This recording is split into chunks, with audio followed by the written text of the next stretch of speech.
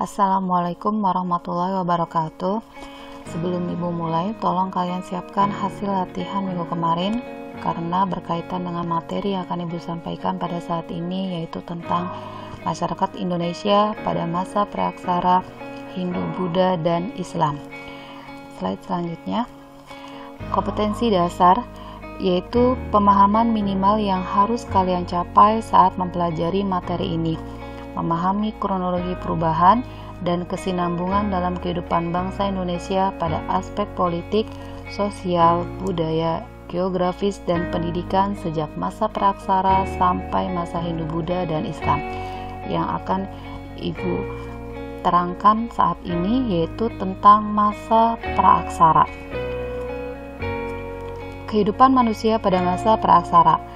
Masa atau zaman praaksara sama saja disebut dengan masa zaman sebelum manusia mengenal tulisan. Masa praaksara dibagi menjadi dua kata, pra dan aksara. Pra sebelum, aksara tulisan. Jadi, praaksara adalah masa atau zaman manusia sebelum mengenal tulisan. Selanjutnya, masa praaksara juga disebut dengan masa nirleka. Nirleka terdiri dari dua gabungan kata, nir tidak ada dan leka tulisan. Jadi masa di mana manusia tidak ada tulisan. Selanjutnya, peninggalan manusia praaksara. Untuk mengetahui kehidupan manusia praaksara, dilihat dari peninggalan-peninggalannya. Yang pertama yaitu fosil.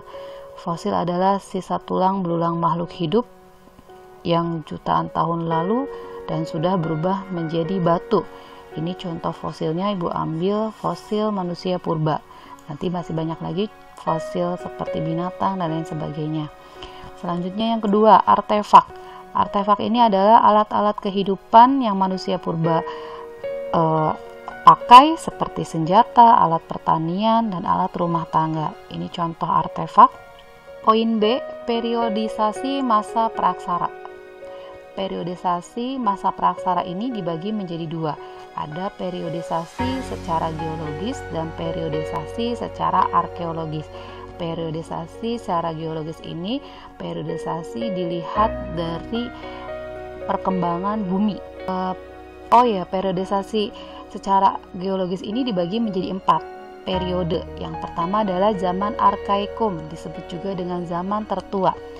Zaman arkaikum ini kurang lebih berlangsung kira-kira sekitar 2500 juta tahun yang lalu. Pada waktu itu kulit bumi masih sangat panas sehingga belum terdapat adanya tanda-tanda kehidupan di atasnya. Yang kedua, zaman Paleozoikum atau disebut zaman tua. Ada juga yang menyebutkannya zaman primer. Kurang lebih zaman ini berlangsung kira-kira sejak 340 juta tahun yang lalu. Nah, pada zaman ini sudah mulai ada tanda-tanda kehidupan ya. Seperti munculnya binatang kecil yang tidak bertulang punggung seperti ikan, amfibi, atau misalnya kuman, bakteri. Nah, itu sudah ada pada zaman Paleozoikum. Yang ketiga, Mesozoikum atau disebutnya zaman pertengahan dan disebut juga dengan zaman sekunder. Zaman Mesozoikum berlangsung sejak kurang lebih 140 juta tahun yang lalu. Kehidupan di bumi sudah mulai berkembang. Binatang-binatang dengan tubuh yang besar sudah mulai ada, atau mungkin kalian mengenalnya dengan dinosaurus atau atlantosaurus. Nah, ini ada pada zaman Mesozoikum atau disebut juga zaman reptil karena zaman ini banyak sekali binatang reptil bermunculan atau ditemukan. Yang keempat adalah zaman Kenozoikum atau disebut juga dengan zaman baru. Zaman baru ini berlangsung 60 juta tahun yang lalu ya. Nah, pada zaman ini yang perlu kalian ketahui dibagi menjadi dua, yaitu ada zaman tertier dan zaman kuartil. Zaman tertier, ciri-cirinya sudah banyak reptil besar yang sudah mulai punah ya.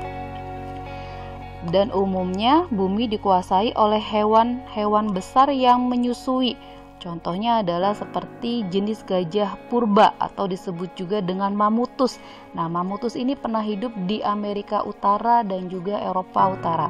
Yang terakhir adalah zaman kuartir, kurang lebih 3 juta tahun yang lalu, dan pada zaman ini sudah mulai kehidupan awal manusia di muka bumi, atau zaman ini disebut zaman yang sangat penting bagi kita karena merupakan awal kehidupan manusia pertama kali ada di muka bumi. Mungkin itu saja yang dapat Ibu sampaikan. Silahkan kalian dilanjutkan untuk mengerjakan latihan soal di bawah ini, tapi perlu kalian ingat, kalian hanya memiliki satu kesempatan untuk menjawab soal latihan dan akan dijadikan bukti kehadiran kalian pada pembelajaran materi ini. Paham? Mungkin itu saja. Assalamualaikum warahmatullahi wabarakatuh.